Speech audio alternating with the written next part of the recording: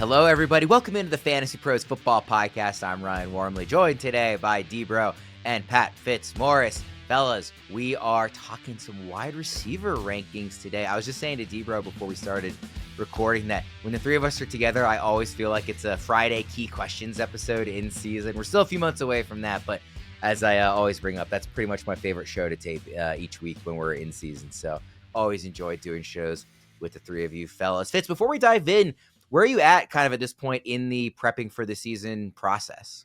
I'm in the middle of my first redraft draft right now, which is kind of fun. One of my followers put together a little like half analyst, half civilian draft, and it's super flex, and it's a lot of fun. It's kind of interesting to see where some of these guys are going and where some of the value is. So it's good to knock the rust off. But yeah, that's it. Just like spruced up the rankings a little bit recently, and working on some player notes, some dynasty content. But I'm feeling pretty good. I'm ready for training camps, Worm. How about you, D-Bro? It's player note season, baby. So getting through all the positions, getting ready for best ball season, and just tightening up ranks, man.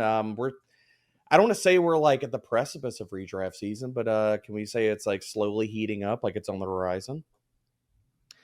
Quick reminder for everybody that all of our 2025 consensus rankings and tiers can be found at fantasypros.com/rankings. If you want to kind of follow along with those rankings as we work through the top 50 wide receivers in those early rankings, you can surely find them there. Basically, what we're going to do with this episode is kind of run through the top 50. We're not going to obviously deep dive on every single player because we can't really be here for 6 hours.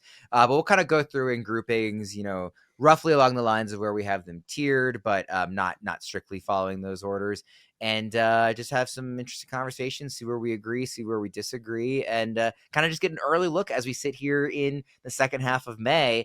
Still, 3-ish months away from most drafts, but kind of getting a snapshot of where the receiver landscape, how it looks, and how we think it might change in the next few months. Sound good? Let's go. Top 50. We'll start with the top 4. That is a tier on the this. By the way, we're looking at the half PPR rankings on FantasyPros.com. Ja'Marr Chase, number 1, Justin Jefferson, number 2, CeeDee Lamb, number 3, Puka Nacua, number 4. D-Bro, it's hard to imagine anybody really disagreeing, not only with those names, but largely with the order. You might quibble here and there with one or two, but it feels like it's a pretty clear top 4. I think it's a clear top 2. My rankings, I think there's a player that we're going to get to that I think deserves to be in that top 4, top 5 bucket. But Ja'Marr Chase, Justin Jefferson, CeeDee Lamb, Puka Nacua, again, there's not a whole lot of discussion here. I mean, all those guys belong inside of the top 5 at the very least.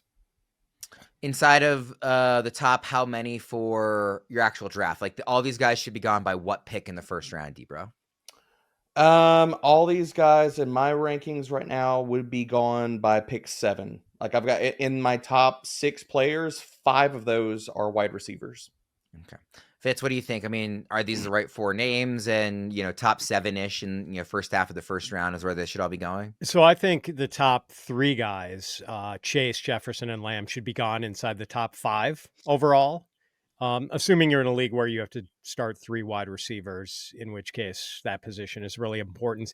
I would personally, even though I do have Puka wide receiver 4, he is part of my tier 2, and I think there is a case for some other guys to be ranked ahead of him. But I think Chase is pretty clear wide receiver number 1.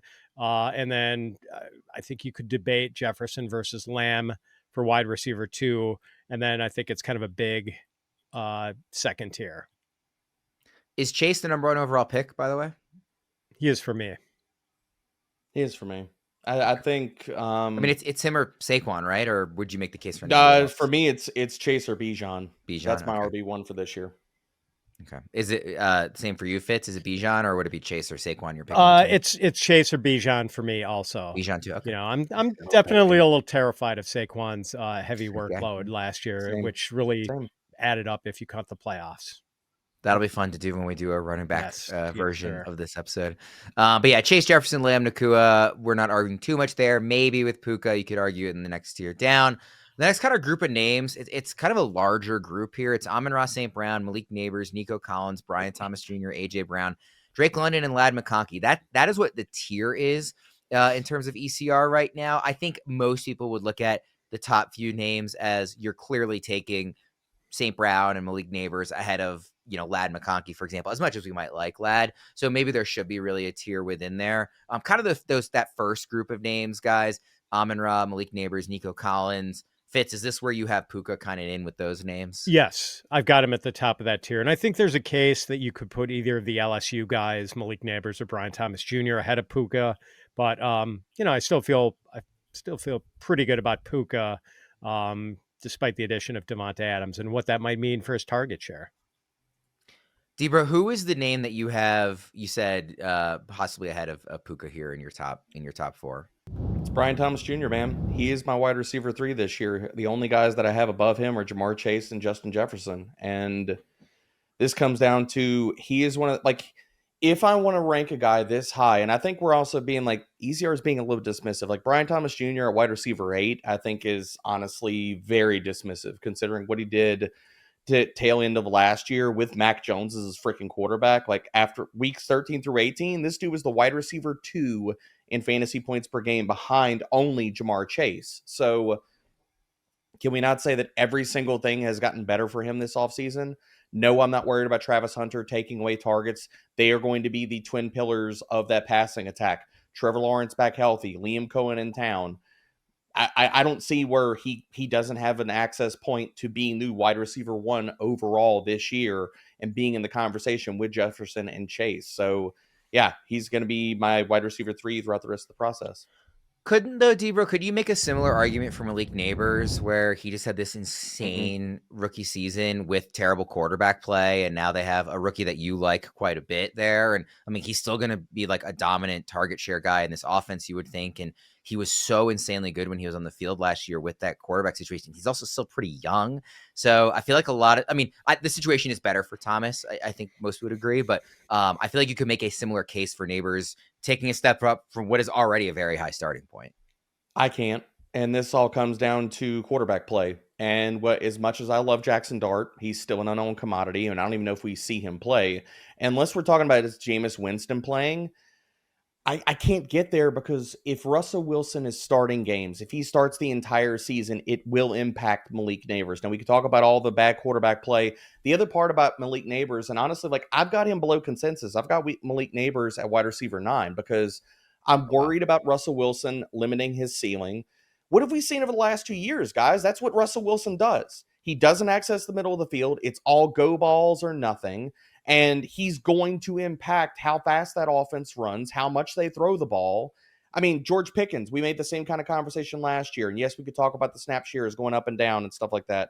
But also the year before that, Cortland Sutton, similar kind of thing where it was he's the only guy to catch passes. Russell Wilson ruined both of their seasons. So I still like Malik Nabers and I still have him as a wide receiver 1 because of his talent. But Russell Wilson starting games, even if I think Jackson Dart gets on the field, and I do think that happens, or Jameis Winston, Russell Wilson still caps his ceiling for as long as he will be the starting quarterback for the Giants. Do you think Russell Wilson is a worse quarterback for him for fantasy than the situation he was in last year? I do. Because you have him ranked lower than he finished last year. So I do. And the other part that I hadn't even mentioned, what are we going to talk about the defensive upgrades? If this is a team that is playing, and I know their schedule is brutal, but if this is a team that is playing not catch up and throwing the ball a ton, but if they're in neutral game scripts, or heck, if they're winning some of these games because their defense is so dramatically improved from last year as well, that's going to impact the passing rates. Fitz, what do you think? Because I look at it very differently from Debra. I'm there's no way a healthy Malik Nabers is getting fewer than 12 targets a game at worst. And I do think that in the course of the season, because I don't think Russ is going to start the whole year, I think in the course of the season, it is a quarterback upgrade compared to what was last year. And he was so good already as a rookie. I think I'm clearly, based on this conversation, much higher on Nabers than Debra is. What do you think, Fitz? I'm with you, Worm. Russ, yeah, we're not getting vintage Seattle era Russ, but still he averaged 225 passing yards a game and 7.4 yards per attempt last season. It's not like we're facing a Saints type quarterback situation. Sorry, Debra, where it's Tyler Shuck or Jake Haener or Spencer Rattler. I think the Giants are going to get competent quarterbacking. There is a scenario where maybe we get Jameis for a few starts, which would be a bonanza for all his pass catchers, and especially Nabers. And, maybe we get some Jackson Dart too. Debro likes him more than I do, but not necessarily a bad thing for Malik Nabers. So to me, Nabers is still, I've got him at wide receiver 5, but I've not fully come to terms with how I want to rank Puka, Nabers, and Brian Thomas. To me, that's a really tight bunching at 4 through 6. Debro, do you want to take? Y'all Oh, think go that ahead. Malik Nabers has wide receiver 1 overall upside? Because to rank him that high, I think like he has to have that type of upside for me, and I don't see that at all from Nabers. I do. I think he can get I there? think Brian Thomas Jr. has a better chance at being wide receiver 1 overall this year than Nabers does. But I would say Nabers has that kind of upside, especially if Dart is as good as you believe he is, Debro, then I think he will start early in the season. I mean, just the first round quarterbacks always they start earlier and earlier. It feels like every year. And I think if he is good, Nabers was so good last year. And this depth chart is not imposing. There's no Travis Hunter here that's going to take away targets, right? Like he is going to get every target he can handle. So I do think there is that kind of upside. Yeah. Put it this way, Debro, if I told you Jameis Winston was going to make 10 starts this year, would you think that Malik Nabers had wide receiver 1 upside? I would. Yeah. This is a Russ thing. I don't like Russ, and I think he hurts this overall offense. I think it's very fair that he makes Russ. The number of starts that he makes this year will hurt Malik Nabers. If you were telling me this is Winston, yeah, I would bump up my ranking. He'd be a top 5 wide receiver for me, no doubt. I don't think there's a ton of argument about some of these other guys here. I mean, I'm a little not worried about Amon-Ra St. Brown. He's really good, but I'm curious to see what the offense looks like without Ben Johnson. I mean, this is still a first round pick. I'm not, like I said, I'm not overly concerned. Nico Collins, I think a lot of people are going to agree with where he's at. AJ Brown. Debro, do you want to take 20 seconds just clear the paint on Drake London? Dude, I love Drake London. I think that his ceiling is so much higher with Michael Penix. Like, I've got Drake London as wide receiver 7. I think he is a dark horse candidate for wide receiver 1 overall this year. You look at how much consolidation, because really the path for any one of those guys to say you have a path for wide receiver 1 overall, there doesn't need to be a ton of target competition that's going to impact you getting to, you probably need 10 to 12 touchdowns at least. You're probably going to need to sniff in that 160 to 180 target range. Who's taking that away from Drake London? If Michael Penix can unlock, and we saw this over the back half of the season, unlock what we haven't seen from Drake London, and that's the downfield role. Darnell Mooney, Kyle Pitts, they're not taking away red zone targets away from Drake London. So if they're not going to take away the red zone targets away from Drake London, he's getting the red zone usage, so the touchdowns can be there. The downfield usage and not all this check down Charlie crap we got from last year out of Kirk Cousins, that's what can elevate Drake London and gives him that type of ceiling. Does Ladd McConkey belong in this tier? I mean, you guys all have, and Erickson too, you're all in consensus. You have him wide receiver 11 this year, which is where he is in ECR. But do you see that as a part of this tier 2 or more the top end of tier 3 fits? I'm okay with putting him in this tier, but like he's clearly at the bottom of the tier to me. Yeah. Yeah. It's either that or he's clearly at the top of the next tier. Like he's almost a firewall between the 2 tiers. Okay. Can I expand on what you were saying about Amon-Ra real quick? Go ahead. I mean, for me, it's not just Ben Johnson leaving, although that is definitely a concern. Like his fantasy scoring was down last year. Amon-Ra went from 17 half-point PPR fantasy points per game in 2023 to 15.2 last year. That's still really good, of course. But for Amon-Ra St. Brown to get within 2 fantasy points per game of where he was in 2023, he needed to set a career high in touchdowns with 12 last year. And he boosted his catch rate by 9 percentage points to a career high 81.6%, which is just nuts. He had been living in the low 70s, 81.6. And it's because his targets fell off. He went from 10.3 targets a game in 2023 to 8.3 targets per game in 2024, and like 2 fewer targets a game. The emergence of Jameson Williams was a big part of that, I think. And that's why I'm not, I don't think Amon-Ra's a slam dunk middle of the first round wide receiver anymore. I think he's more like a guy you should be looking at on the turn in the first round of redraft. We've got to move on, Debro, but do you have any just quick thoughts on St. Brown? I know you've been a big fan of his in the past. I don't disagree with anything that Fitzy said. I've got Amon-Ra as my 11th overall player. I've got a swath of running backs ahead of him, and I think he belongs in the turn. I just think, Amon-Ra, my problem with Amon-Ra is I don't see an outcome where he just absolutely buries me and burns me as the wide receiver 1 overall. And if that's the case, he's just a mid-tier, low-end wide receiver 1. I mean, there's a lot of guys we could talk ourselves into with that. Do you guys think, actually, before I move on from this tier, I see it as there's maybe about 5 running backs that are kind of sprinkled in amongst these first 11 receivers at some point in your rankings. But I kind of feel like all 11 of these receiver names we've just mentioned should be off the board by about pick 16. Because I really don't think outside of, Bijan, Gibbs, Barkley, Genty, Derrick Henry, like maybe you throw another one in there. For me, it's really probably those 5. Outside of that, I want my first 2 picks to be coming from this pool of receivers. Do you see it similarly, D-Bro, or no? I have more running backs in there. Like, I think Christian McCaffrey deserves to be back in this conversation. I think Bucky Irving I'm too deserves to be scared back in to the draft conversation. McCaffrey. I can't take That's him over fine. a receiver. I'm just saying where I'm at. I'm back Yeah. in on CMC. I think Bucky Irving deserves to be in this conversation. I think Derrick Henry. I'm honestly shocked, Worm, that you don't believe that Derrick Henry deserves to be in that. No, kind of, I would say Henry is the 5th of those. I'd say Bijan, Gibbs, Okay. Barkley, Genty, Henry would be. But the other part about it is I think that inside the top 20, the 2 top tight ends, Trey McBride and Brock Bowers, deserve to be in that conversation too. So that pushes down the back end of this wide receiver tier. Okay. So do you see it that way too, Fitz? Because for me, the back end of this receiver tier, I would definitely rather take than, like, I like those tight ends, but I would just rather take one of these receivers and then. I do have the top 10 receivers in the top 15 overall. And then McConkey, I've got a little further down. I've got a group of running backs in between number 10, AJ Brown, and then Lad McConkey at 11. Okay. And is it the similar group of names though at running back, Fitz? I mean, like, obviously Bijan, Gibbs, Barkley, Genty. Yeah, I mean, I've got Henry. those 5 squeezed into the top 15, and then the guys I've got in front of McConkey are guys like HN and Josh Jacobs and Bucky Irving. Okay.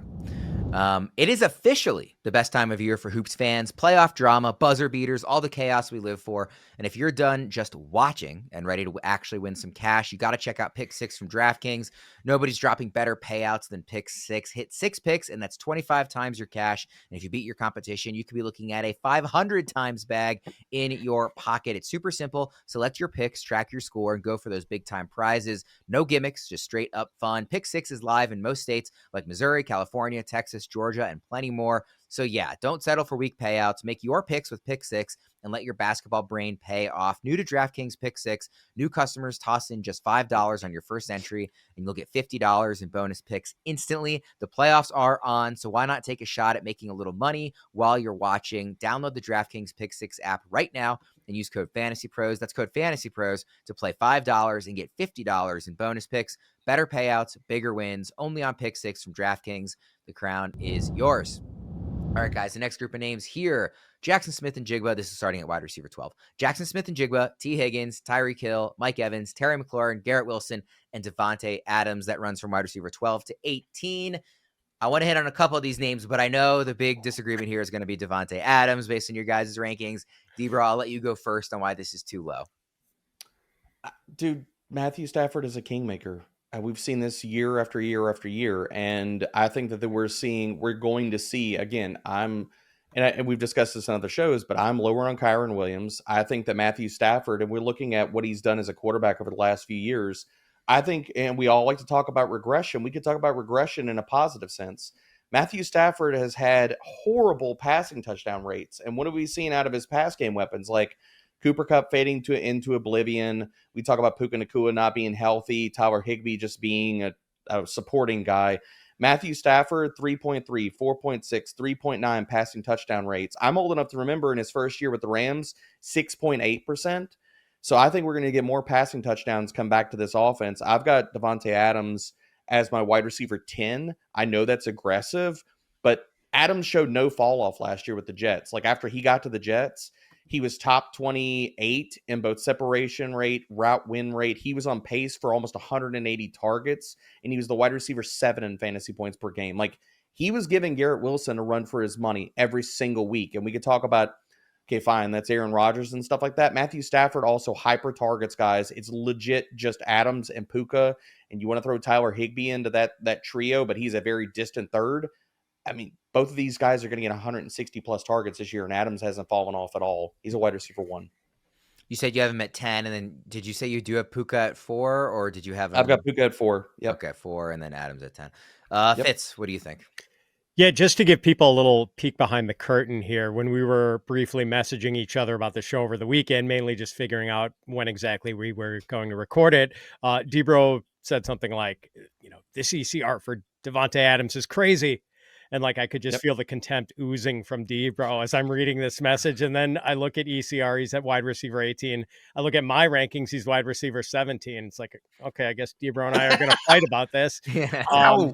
And look, none of what I'm going to say is meant to disparage the abilities of Davante Adams. I'm a Green Bay Packers fan. I love Davante, but we have to acknowledge that, Davante is playing with another prolific target earner in Puka, and that Davante is now 32.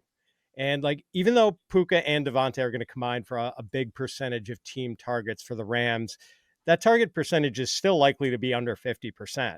I mean, not far under, but still under 50%. And for Puka and Davante to both finish as top 10 receivers, we are obviously talking about a big, juicy season for Matthew Stafford. Like, let's open the bidding at 4,000 yards and 30 touchdowns. That's probably the bare minimum Stafford would need to float top 10 fantasy seasons for two receivers. I mean, he could certainly do it and has done it. But Stafford has only hit 30 touchdowns once in the last 9 years, and he's 37 now. And like, what team was that for with Fitzy? Wait, say that again. The Rams?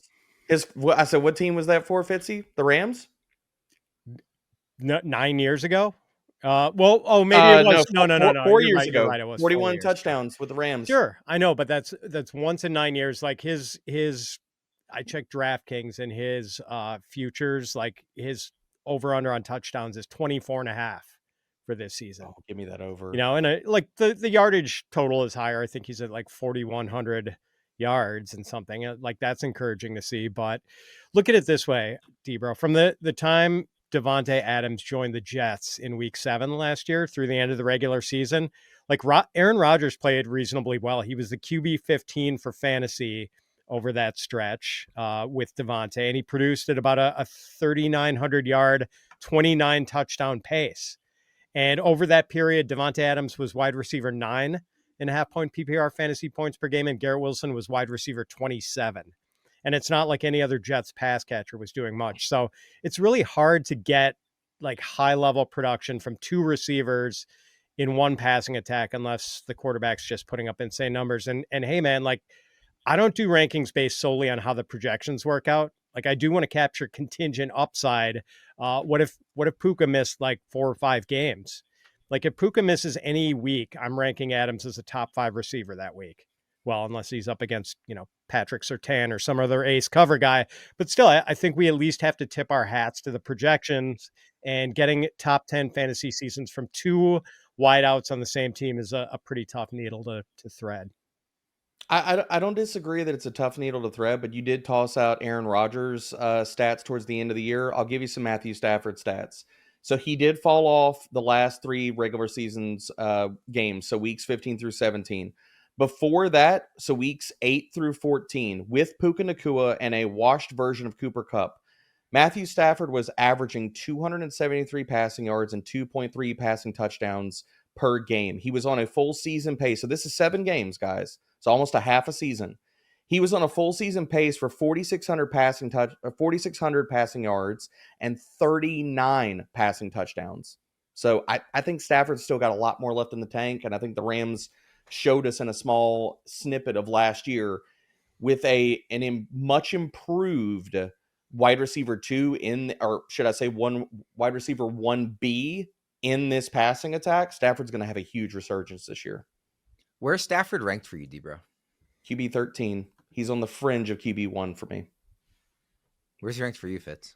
Yeah, I've got him like in more mid-range QB 2. Like, I've got him QB 20 right now. It's probably too low. I got to move him up a little bit, but he doesn't run. Also in that stretch, he was the QB 11 in fantasy points per game. Okay. Other names in this group. So again, Adams is actually at the bottom of this grouping, wide receiver 18 in ECR. The other names: JSN, T. Higgins, Tyreek Hill, Mike Evans, Terry McLaurin, Garrett Wilson. Dude, I don't know. So, I mean, some of these names are obviously on the older end, like Tyreek Hill, Mike Evans. Terry McLaurin is sneaky older than you might realize. JSN obviously had a nice step forward last year. He's got a new play caller now in Seattle, but also, no DK Metcalf around anymore. Tyler Lockett, T. Higgins sticks in Cincinnati. Garrett Wilson gets reunited with his college quarterback, and there is nobody else to catch passes in that passing game. It's kind of an interesting group of names to parse through. Debra, how do you look at this grouping of guys from 12 to 18? There are two guys that just stand out. Like, I don't disagree. One, if Mike Evans can stay healthy, and he played a lot of games last year, showed no fall off, Mike Evans is going to be a value again this year. But the two guys that I want to highlight, especially in this tier, is Jaxon Smith-Njigba and Tyreek Hill. Like, I will not be drafting Tyreek Hill as a top 15 wide receiver. I'm not doing it, man. Whether you want to talk about the risk, you want to talk about the age, you want to talk about the fall off of last year with Tua even back in the lineup, Tyreek showed his age. He was the wide receiver 24 in weeks 8 through 16 with Tua back, and his per route metrics all fell off and stuff. So you can count me out on Tyreek Hill this year. And Jaxon Smith-Njigba, like, I loved him going into last year at this price point. What the heck are we doing here, guys? Like, are we serious with this? Like, he was the wide receiver 17 in fantasy points per game last year. What improved about his situation? Like, Sam Darnold versus Geno Smith. Give me Geno every single time.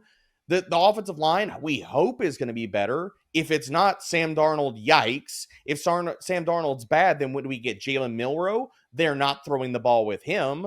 They've already said and come out and say they're going to run more this year. So JSN is a low A dot guy. He is. He's a short area guy. So, I mean, 137 targets last year. Does he get back to that this year?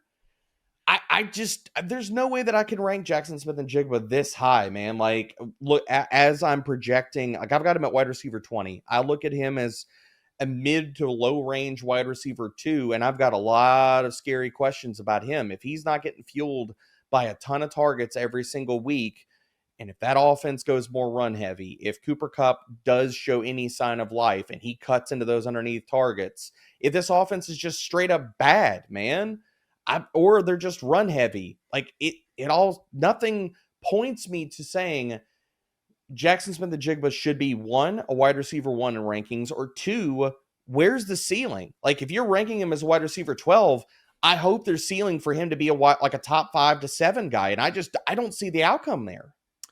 Fitz, I'm curious what you think. I think Debra makes a good point about the ceiling. I don't know that I see a reasonable, realistic outcome where he finishes as a top 5 receiver.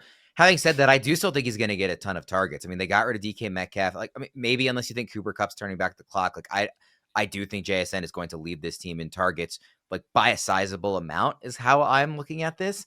And even with those targets now coming from Sam Darnold, I do think that means like close to 100 catches. Yeah, I mean, everyone was freaked out about Justin Jefferson last year and how Sam Darnold might pose a threat to Jefferson's fantasy value, and that really wasn't the case. I mean, Darnold was okay, so I'm not really too worried about that. Yet I would prefer Geno Smith, and the other thing is just, I don't know, Debro, like, I don't want to look at the full season with JSN because of how well the back half of the season went for him over the first 8 weeks of the season. I want to say there was only one game where JSN had more than 69 receiving yards, but then from week 9 on, he had a 7-game stretch, 7 straight games with at least 74 receiving yards, topping out at like 180 in one of those games. Like, he was a different guy over the second half of the season, high volume guy, and he's totally poised to be a high volume guy again. So I don't think he belongs in that upper tier, that second tier with, like, Ladd and everyone who's above Ladd, but I do think he belongs on the next tier. Do you think the passing rate goes down for Seattle? Because that's the big worry for me. Like, I think they are going to dial back the passing rate a ton for a team that was 7th in passing attempts last year. Do you think they sniff anywhere close to that this year, Fitzy? Yeah, I mean, closer to league average, probably. So if they drop from 7th to 15th, that's not going to impact JSN? Oh, I mean, marginally, like, okay, no more than 100 yards. That leads me to, like, he's not a wide receiver 1 then for me. Like, with the massive passing volume and over the stretch that you cited, Fitz, he was wide receiver 8. So, like, okay, we're dinging him a little bit at wide receiver 12, but I just don't think we're dinging him enough. Yeah. I mean, wide receiver 12 is where I have him. And I do think he's part of a tier that stretches from like 12 to 18. So, I'm reluctant to categorize him as a wide receiver 1, even though technically, yes, I guess at wide receiver 12, I do have him there.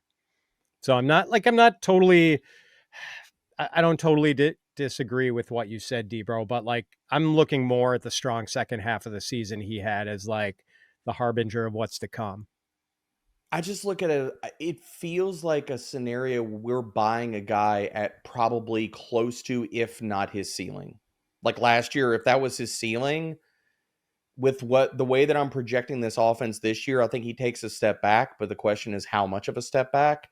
And there's just other guys like I would rather bet on. Like I'd rather bet on Mike Evans continue to do Mike Evans things. I'd rather bet on T. Higgins in the passing right there. I'd rather bet on Terry McLaurin, Garrett Wilson, Devontae Smith can still doing the things that they've done.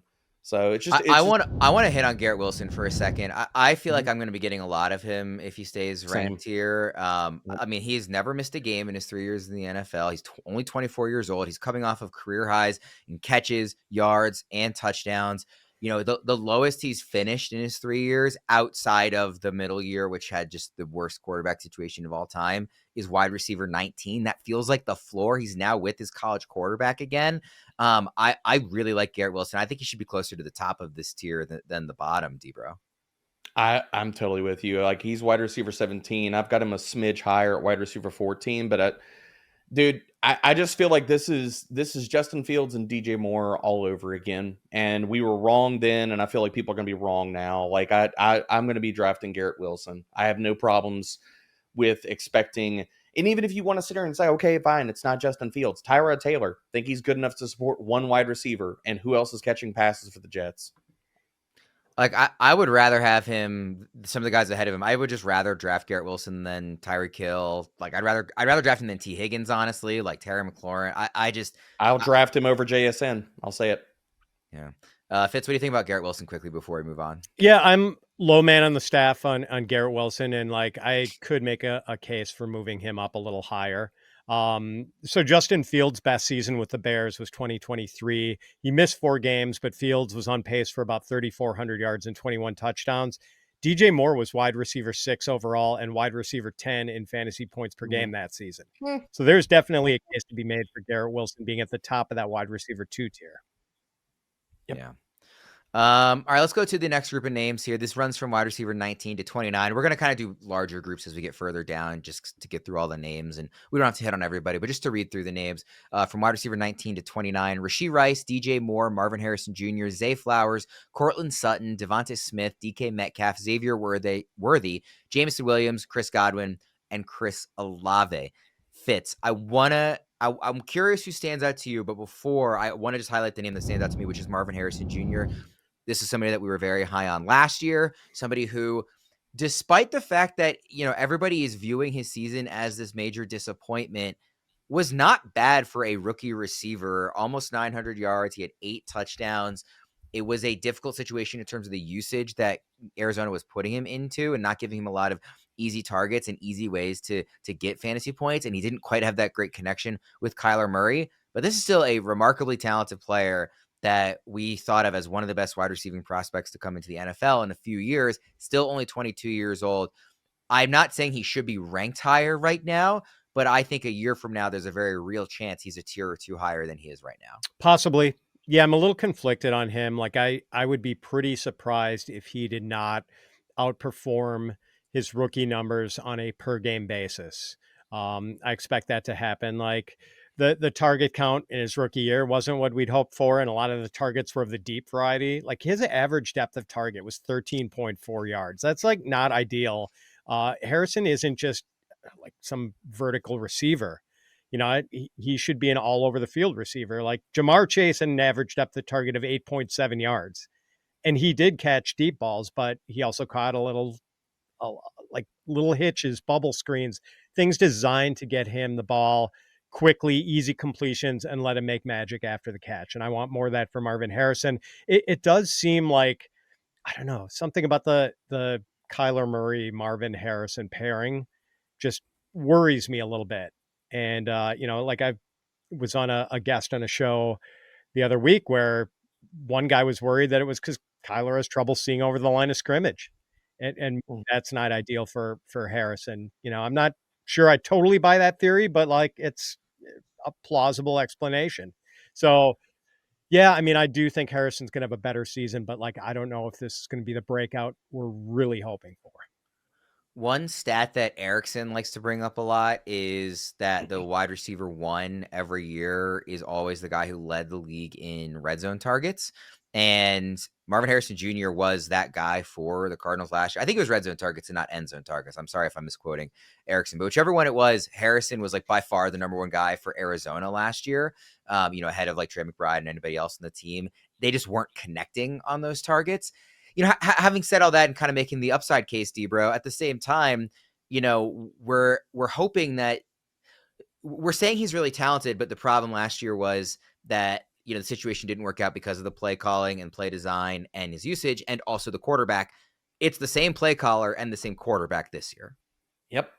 And I'm below ECR on Marvin Harrison Jr. I've got him at wide receiver 24 right now. And to buy into Marvin Harrison Jr., I feel like I've got to buy into Kyler Murray, and I can't do that, man. Like to be honest, like on a per dropback basis, he's been god awful over the last 2 years. If it wasn't for that contract, you'd be hearing quarterback controversies in Arizona. And I just can't, man. Like, it not only like we brought up points about the offensive coordinator and the usage of him last year. I've brought this up in previous shows, but week 1 through 9, you're looking at a guy that ran only less than 30% of his routes with horizontal breaking routes. Almost 50% of them were vertical breaking routes. Now weeks 10 through 18, that flipped a little bit, 41% horizontal, 38% vertical. So that did change, but I worry that we see a revisiting by Troop Petzing to last year's, Marvin Harrison Jr. is our downfield guy. He's going to be running clear outs, because the fact of it is who the heck else is going to be doing that on the Arizona depth chart? They don't have that guy. So, like, they had multiple spots this offseason, like, go add a field stretcher, add speed, add somebody that can give you that verticality to this offense so you're not asking that out of Marvin Harrison Jr. They didn't do that. So, like, it's the assumption of rational coaching. Can I tell you definitively that the OC for Arizona is not going to do dumb stuff this year and have Marvin Harrison Jr. running clear routes, and it's Trey McBride again operating as the heavy underneath guy for the Arizona Cardinals? No. Can I tell you that Kyler Murray is going to magically throw 25 passing touchdowns this year? Probably not. Can I tell you Kyler Murray is going to be a good quarterback this year on a per dropback basis? Again, probably not. So it comes down to I'm probably going to be close to ECR with Marvin Harrison Jr. I'm not going to bury him because of people. If I'm wrong, I want people to get exposure to him in drafts. But I have a harder time seeing the outcome of where he crushes his ADP. I see more things pointing to Arizona doing dumb stuff and Kyler playing bad for what will be a third year in a row. And that'll leave me out on Marvin Harrison Jr. Fitz, who else stands out to you in this range of players? Again, Rice, Moore, Flowers, Sutton, Smith, Metcalf. I skipped over Harrison, Worthy, Williams, Godwin, Olave. I mean, I feel like Davante Smith is maybe a little underranked. Xavier Worthy is maybe a little underranked. Chris Olave, if he is not, if he's healthy and on the field, I think is definitely underranked. Who stands out to you here? Rashee Rice. Like so many, there are a lot of smart people in the fantasy industry who are really high on Rashee Rice. So it scares me a little bit to know where I have him ranked, like as a high-end wide receiver 3. I mean, yeah. Where do you have him, Fitzy? Because I think we might be hand-holding. No, you're fading him even more than I am. I've got him at... Oh, okay. Because I have him at wide receiver 32. Yeah, I've got him at 28. And even Erickson is high man at like wide receiver 20, but I think that might still be behind ECR. Or where's ECR on him? ECR is 19. 19? Okay. So there's one spot behind. Yeah, I mean, so... Yes, Rashee Rice was terrific in 2023 when Patrick Mahomes had Rice and Travis Kelce and pretty much no one else to throw to.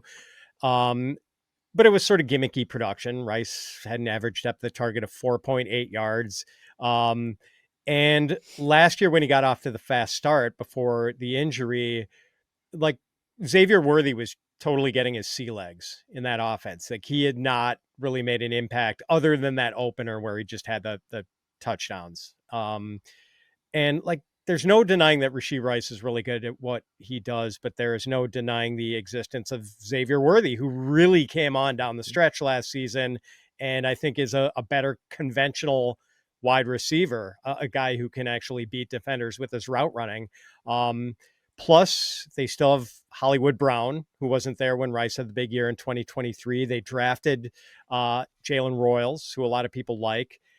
Kelsey is still there, and like, we should also probably consider the possibility that even if Rashee Rice isn't facing a suspension this year for that Dallas drag racing incident, is still a little bit of a knucklehead. So yeah, I can't get on board with Rashee Rice as like a late second round pick, like some of these sharp people seem to believe. I don't get it. D-Bro, I'm curious when you look at this Chiefs team, because you have Rice 32, as you said. It looks like you're the one guy on the staff who has Worthy even lower than Rice. And let me know if these rankings aren't updated. It says it's been a few days. You also have Travis Kelce as tight end 7, and yet you have Patrick Mahomes. You have him lower than consensus, but you still have him as a top 12 quarterback. So I'm wondering how the math adds up that Mahomes is going to produce that much if you don't have a single Chiefs receiver inside the top 30, and even their tight end is no longer a top 5 tight end for you. It's wide receiver by committee. It comes down to they're going to spread the ball around. In some weeks, it could be Hollywood Brown. Some weeks, it could be Rashee Rice. Some weeks, it could be Xavier Worthy. Some weeks, it could be Travis Kelce. Some weeks, it could be one of the running backs catching passes out of the backfield. I think Mahomes has shown that he can get there as a low-end QB1. But my problem with this passing offense, and there's a few passing offenses that we could talk about, just that I don't really have a ton of interest in this year, because I feel like it's going to be an absolute dumpster fire mess to figure out where the ball is going on a weekly basis. You could talk about Buffalo. You could talk about Green Bay. Kansas City is firmly in that. And so Mahomes, I think, can get there. But Rice, the big problem that I have with him, dude, is there's one role. There's one high volume role in this offense. And Rice played it weeks 1 through 3. He had an 8 out of 4.8, 27.6% design target rate. Xavier Worthy played this role in weeks 13 through 16. When Fitzy talked about he came on, he was playing the Rashee Rice role. His ADOT was 6.3. His design target rate was almost 26%. There's one role. Who gets the role? I don't know. I have no clue. I don't even know if both of those guys, like, maybe they share it based off of matchups on a week-to-week basis. So for me, it's like one of those where it's like, I don't think these guys burn me based off of how this offense operates this year. That's why it's like, I can't definitively tell you when I've seen Rashee Rice operate in that role, but also in the same exact freaking season, I've seen Xavier Worthy operate in that same role. I cannot tell you definitively that, okay, yeah, sure, Rice comes back and he's going to be that guy again. We've seen Xavier Worthy do the same dang thing. Can anybody definitively tell me without their, like, outside of just convicting their priors, that will emphatically be Rashee Rice? I don't think anybody can definitively say that. D-Bro, I know you want to talk about Zay Flowers. We got to move on, so just keep it quick. But do you think he's too high, too low, or just right at wide receiver 22? I think people are drunk with ranking him where they're ranking him. He hasn't produced as a wide receiver 2 in any season so far. Wide receiver 32, wide receiver 31 in fantasy points per game. We know what this offense is going to look like for Baltimore. When they get in the red zone, it's going to be Lamar's legs, Derrick Henry running the ball in, Mark Andrews, or, hey, guess what? DeAndre Hopkins. So I don't see their ceiling, whether it's passing volume or touchdowns, for Zay Flowers to all of a sudden, in his third year, magically be a wide receiver 2 when he has never done that in any point of his career at this point. Yeah, I kind of get that. He had that stretch in the middle of last season where he was really awesome. But outside of that, it was, I think, underwhelming relative to what his rank. He had 8 red zone targets all of last season. Yeah. Does anybody think that's going up? I don't. No, I think it's still going to be a lot of Derrick Henry and the tight ends when they're in close. So it's going to need to come from the big plays. All right, welcome to this week's Chasing Challenges, brought to you by Microsoft. Just like the athletes who push boundaries and redefine what's possible, business decision makers today are turning challenges into opportunities. Microsoft meets you where you are with tools and guidance that help you make an impact with safe, secure AI solutions. Players and teams are facing their own challenges. In this segment, we spotlight athletes or teams that are currently undergoing a challenge, what this means from a fantasy or betting standpoint, and examine how we think they can overcome them. Whatever challenge you're facing, Microsoft empowers you with the expertise to say, bring it on. This week, we're discussing the challenge faced by Chris Olave as he enters a 2025 season marked by question marks surrounding both his health and his quarterback situation. Olave has been a favorite early target for fantasy managers in recent years as a polished young wide receiver product out of Ohio State. He topped 1,000 receiving yards in each of his first 2 seasons in New Orleans, and many expected his touchdowns to jump up in year 3. Instead, last year was the toughest of his career. Olave only played 6 full games after suffering another concussion. Even when he played, Olave was outproduced by Rashid Shaheed, and now the Saints have one of the potentially worst quarterback rooms in the NFL this season. Sorry, Debro. Olave's first priority is getting past the concussions and hopefully enjoying a fully healthy season. But even if he does, he'll be catching passes from unknowns like Tyler Shook, Spencer Rattler, or even Jake Haener.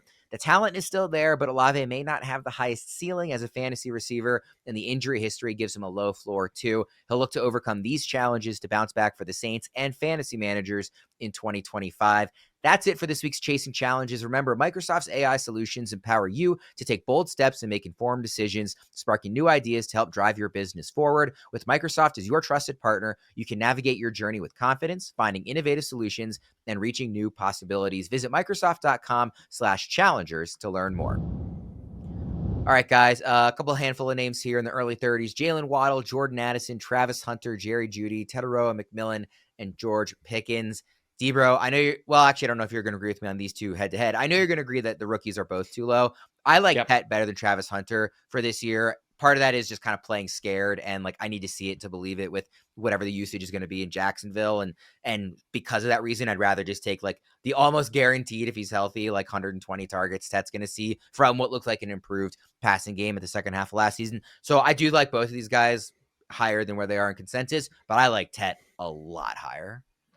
I mean, I've got both of these guys. I've got Tetairoa McMillan and Travis Hunter inside of my top 24 wide receivers for this year. I've got Tetairoa McMillan at wide receiver 22. I've got Travis Hunter at wide receiver 23. And I think you're looking at a situation with Tetairoa McMillan. Who else are we worried about? Like, I understand Adam Thielen was gobbling up targets last year. If we're talking about where they're at in their respective careers, do we really think that Adam Thielen, I understand, like, okay, fine, thorn in the side. He's going to be the number 2 in this passing attack, but still, like, where he's at in his career, is he going to draw targets over Tetairoa McMillan, who, where he was drafted, the talent upside and everything? I don't see it, man. And the thing about Carolina that I'll point out real fast is I also think when we saw the emergence of Bryce Young, this team was 13th in neutral passing rate. So they're a stone's throw away from being a top 12 passing rate team. So we could also be underrating the volume for Carolina this year from the passing department. So that's why I've got Tet where I've got. Like, I'm going to bet on the talent. I'm going to bet on underrated volume. And the same thing for Travis Hunter, man. Like, I don't think you're Jacksonville and you make that type of aggressive move up the board to go draft a freaking corner. I think Travis Hunter is going to be a full-time wide receiver. I didn't think that going into the draft. But considering the landing spot, considering the aggressive move up, you don't make that move up and give away that type of capital for a guy you are going to play as a full-time corner. They could say whatever the heck they want to. He is going to be featured as a wide receiver. And if it's only him and Brian Thomas Jr. catching passes there, because Parker Washington, De'Ami Brown, Brenton Strange, none of these guys are going to garner over a 13 or 14% target share. It is not going to happen. So you're looking at Travis Hunter is probably walking into 22, 23, 24, 25%. Like, yeah, then that's going to put him somewhere around that top 24 range. It just feels, Fitz, like this. You're getting a discount on Tet because I don't see any way, if he has a healthy season, that he is going this low again next year. Like, I think this is the lowest he will be for the next several years. He's just that talented of a guy. And again, is going to get all the targets he can handle in Carolina. It reminds me of I don't think he's as good a player as Malik Nabers, but it reminds me a lot of last year, what I was saying about Nabers, as he's never going to go this low again. He's going to get every target this year. And if he's healthy, he is guaranteed to be a value at his current cost. Really good comparison. And again, I don't think he's as good as Nabers, but in a similar vein is how I'm looking at it. And it looks like based on your rankings, you agree, Fitz. You do have Hunter below Tet like me. Is that because of concerns about what the usage will be, or do you think, like, even if Hunter is getting enough snaps to make us happy on the offensive side of the ball, that you would still prefer Tet? I'm concerned. Hunter says he wants to play defense. Like, he, basically demanded that beforehand. He said he's going to play some defense, or like he wouldn't want to go to whichever team drafted him and wasn't going to give him defensive snaps. Because of that, I do not think he sees like an 80% snap share offensively. And like the top receivers are all around like a 93% snap share, guys like Jamar Chase, CeeDee Lamb or whatever. If you're not seeing that, I mean, it just chips away at your possible production at the margins. So no, I can't get Hunter inside the top 20 or 25. I feel like Ted is easily my favorite name in this group, and even I like him ahead of names in a lot of the names in the tier ahead of him. Is there anybody else in this group worth highlighting, Fitz? Jaylen Waddle, Jordan Addison, Jerry Jeudy, George Pickens? Waddle. Let's talk about Waddle. Like ECR is wide receiver 30. Debro, Erickson, and I are all above consensus on him, and I'm actually the lowest at wide receiver 27. I'm a little mad at Debro. I'm at 26, so we're like right next to each other. Yeah, bro. and I mean, like, here's a guy who was a top 10 draft pick, who began his NFL career with 3 straight 1,000-yard seasons and has a plausible reason for the drop-off last year. Missed a couple of games. Tua missed a few games, and like the Miami offense was just dead in the water without Tua. And like Waddle's averaged 9.3 yards per target over his NFL career, spanning 4 seasons. Like that is an incredibly good number. This guy's a really good player, and he's ranked too low in ECR. His target share has gone down every season, or his total number of targets has gone down every season of his career. He only has 1 year over 1,015 yards, doesn't have a double-digit touchdown season. I like Waddle too. I'm just kind of stating the case of why maybe he's ranked a little bit lower than we think he should be. I mean, obviously last year was the worst year of his career, but as Fitz points out, Debro, extenuating circumstances there in terms of the injuries.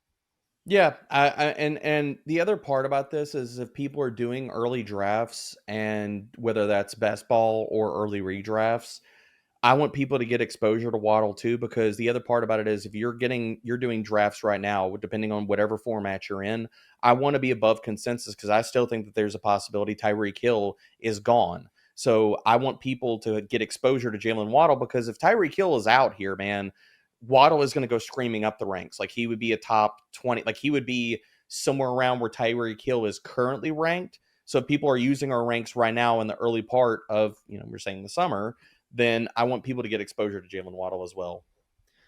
Next group of names here from wide receiver 36 to wide receiver 44. Calvin Ridley, Rome Odunze, Khalil Shakir, Brandon Ayuk, Juwan Jennings, Deebo Samuel, Jacoby Myers, Jayden Reed, and Stephon Diggs. Fitz, who stands out to you here? I want to call out Debro for hating on Jayden Reed. Like Debro's barely got him. I don't hate him. Matt LaFleur hates him. Yeah, well, like he kind of forgot about Jayden Reed down the stretch last season. But I will point out that in the first 26 regular season games of his career that he played with Jordan Love, Jayden Reed scored 17 touchdowns. Like that's a full season pace of 11 touchdowns, and that was a season and a half. So, and like it should be noted that includes 3 touchdown runs, but that's part of the appeal with Reed. I just think, he's not an anchor player for your team, but as a 3rd or 4th wide receiver, I think you could do worse. My question about it is, when would you ever feel comfortable about playing Jayden Reed in your lineup, Fitzy? And my other point about this, the first season and a half of his career, that entire time. When he was scoring touchdowns at an unsustainable clip, and we knew that it was going to come crashing down. I mean, we all talk about regression here.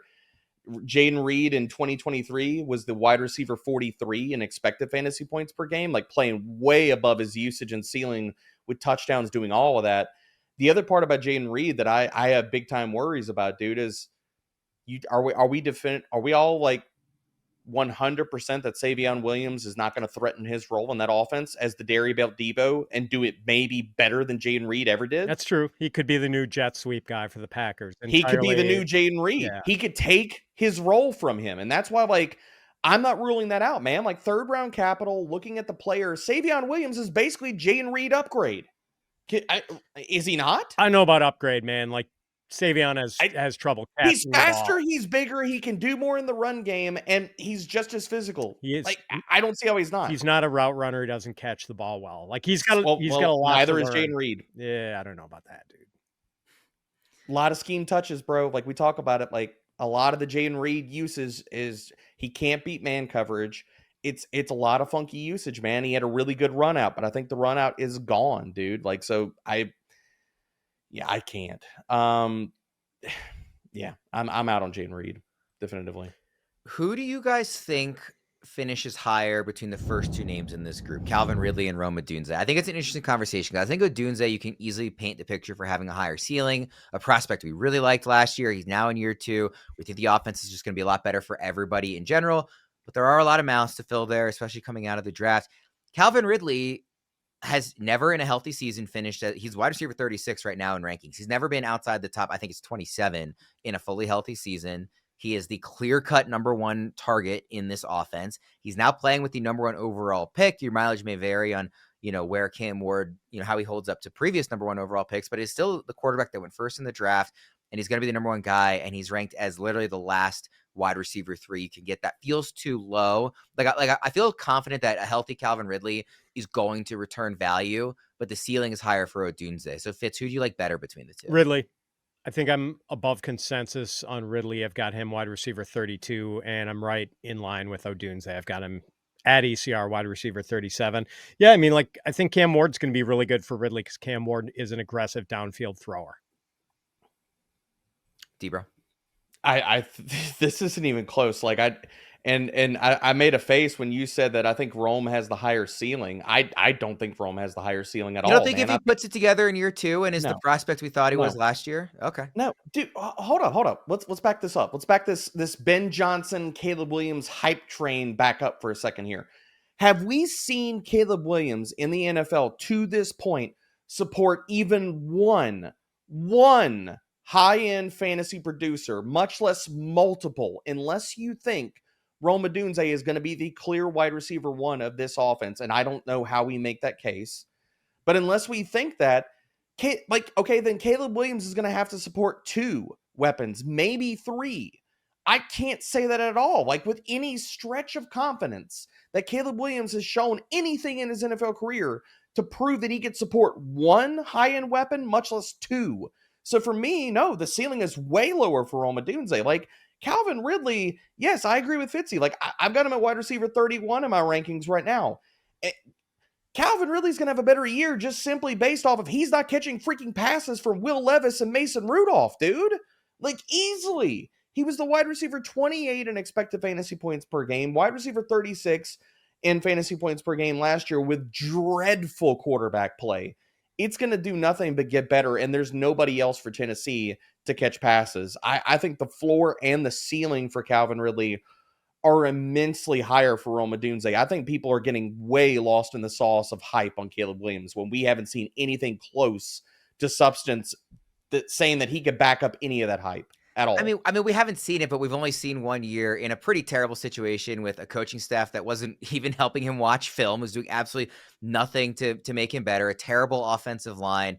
If you think Ben Johnson, I'm not saying you, but I'm saying if one thinks that Ben Johnson is this, God's gift to play calling, and is this going to be this great head coach that everybody thought he was for the last few years as a candidate, and he now gets a guy who is really talented in Caleb Williams. And just we didn't see it put together in year 1. I am not at all writing him off. I think it's fair to say maybe people are getting a little over their skis with it, and that's reasonable. And I actually agree that Calvin Ridley should be ranked higher than Odunze because I'm much more confident in him returning value than Odunze is. But I think if both Ridley and Odunze hit their best case scenario this year, I do think Odunze is higher. I think Ridley's higher, man. I think you're just looking at target floor, target share. The fact that he's the number 1, maybe not the number 3. Dude, Rome Odunze, I mean, we can make cases of, okay, he's the number 2 option. Would it surprise anybody if he's the number 4 option in that passing attack?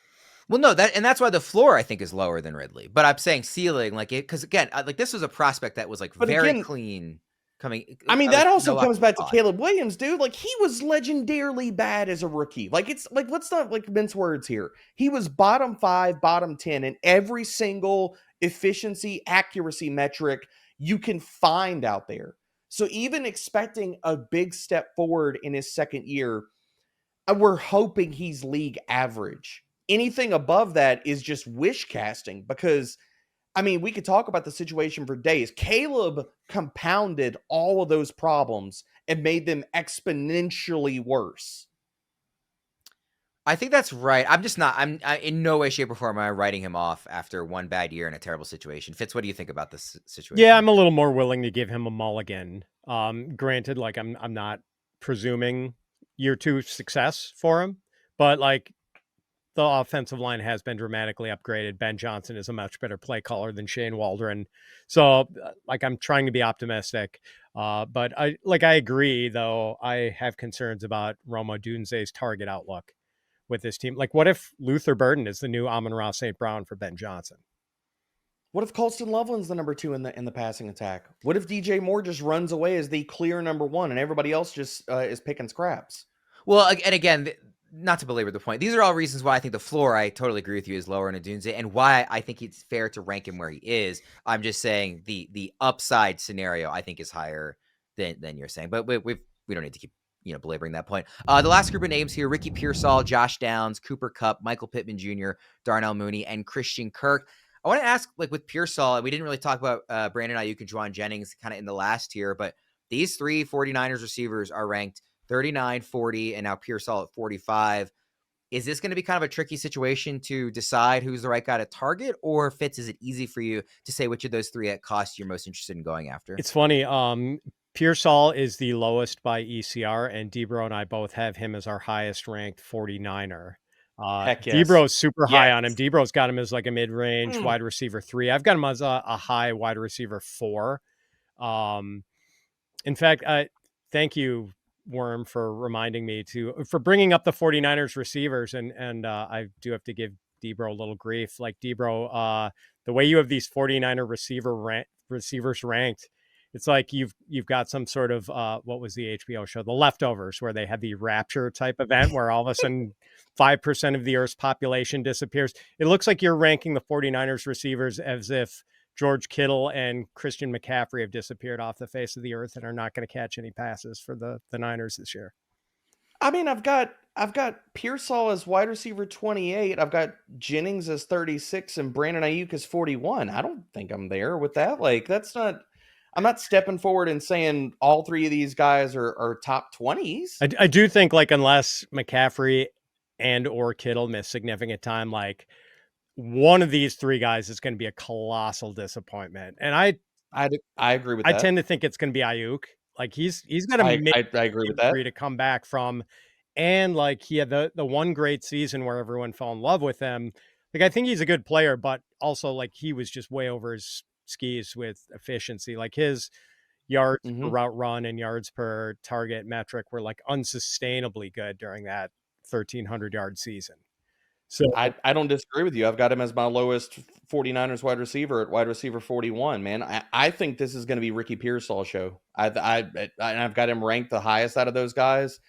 I mean, Brandon Ayuk coming off of the devastating injury, when does he ramp up? What does that look like? What is his effectiveness? And then while Juwan Jennings was really good last year, we're also talking about a wide receiver that's been buried on the depth chart. He's entering his age 27 season. So it's like, I'm not discounting like what he showed last year. Obviously that is what, what's putting him ranked where I have him ranked, but also, dude, can we not talk about like Ricky Pearsall got an audition as the leader of this passing attack last year to end the season, and he flourished. He killed it. Like in the final, I mean, he crushed it, dude. In the final 2 games of the season, he was wide receiver 7, wide receiver 14. He saw almost a 22% target share. He had over a 30% first read share. He was producing 2.84 yards per route run. He's a former first-round pick who had his rookie season derailed by off-field stuff and injuries and stuff. So, like, yes, I want to be above consensus and over the moon on a former first-round pick that showed at the tail end of last year when San Francisco said, we're going to give you an audition as the number 1 guy. Can you be that guy? And he answered the bell. I know we're gonna get crushed for like overdoing it on a small sample size, but like, yeah, I don't care. It was a very convincing 2-game sample. It's a small sample size until it's not a small sample size. I would rather be ahead of the curve on a player and be aggressive on a player. And people are like, when we turn over the cards for the 2025 season, all of us saying, why did we rank Ricky Pearsall? He's a former first-round player. the team made moves in the offseason to say we believe in this guy, gave him an audition. I would rather be above consensus on a player like that than be left holding water saying, oh man, but I mean, I was in on Juwan Jennings. I mean, come on. Like, that's not the way that I want to play this. Any other names quickly before we get out of here that stand out in this grouping? Josh Downs, Cooper Kupp, Michael Pittman Jr., Darnell Mooney, Christian Kirk. That rounds out the top 50. Either of you? Christian Kirk. He's going too low. I think it's the injury discount, but when we saw him healthy last year, and I know it's been varying degrees of health over the last few years, he was still crushing in at efficiency metrics. And I feel like with the supporting cast that's around CJ Stroud this year, I think he's going to have a bounce back. And we were all, I emphatically remember this, boys. We were all talking about last year, which Texans wide receiver do we want to draft this year? And now we get to play the same game, except the Texans are coming off a down year with CJ Stroud. And the only wide receiver in Houston that you're having to pay up for is Nico Collins. Yeah, count me in massively on Christian Kirk and a player that's not even on this list. Jayden Higgins, both of those guys I want to be at or above consensus on this year because we're not having to pay for it. Any final thoughts, Fitz? I'm definitely not paying for Christian Kirk. I totally disagree. I've got him at wide receiver 60. Debra, I just like it's too messy with like Higgins, Noel, and Kirk. Okay. And I know so you don't think CJ Stroud's going to have a bounce back season? Well, I do, but that offensive line is still trash. I do worry about his time to throw. Like that's going to be an issue. And the Houston defense is really good. So it's not like they're going to have to play shootouts every week. I just like, we know Nico is going to get his in that target picture. I just don't know how the leftovers are going to be sorted out from among the Iowa State rookies and Christian Kirk. And then just like, I don't have any major beef with where Downs is going, but like, it is Jamison Crowder syndrome. Everyone likes the small slot receiver archetype. And like, I tend to think those guys are overvalued and I just don't know. Like, I worry that Tyler Warren is going to usurp a lot of what Josh Downs does with short area targets. I'm pretty much with consensus and with you here, Fitzy. Like I've got Downs at wide receiver 49 and Pittman at wide receiver 50. Again, going back to pieces and parts of offenses that we want to buy into, offensive ecosystems. Do the Colts feel like that type of team? Nope. Not for me. And Downs is good at what he does, but it's a low ceiling. Yeah. All right, we'll go ahead and wrap up there. We went a little long, but obviously we're hitting on a ton of names today. So I hope everybody enjoyed that. For Debro and Fitz, I'm Ryan Wormeli. Thanks everybody for tuning in. We'll see you again next time.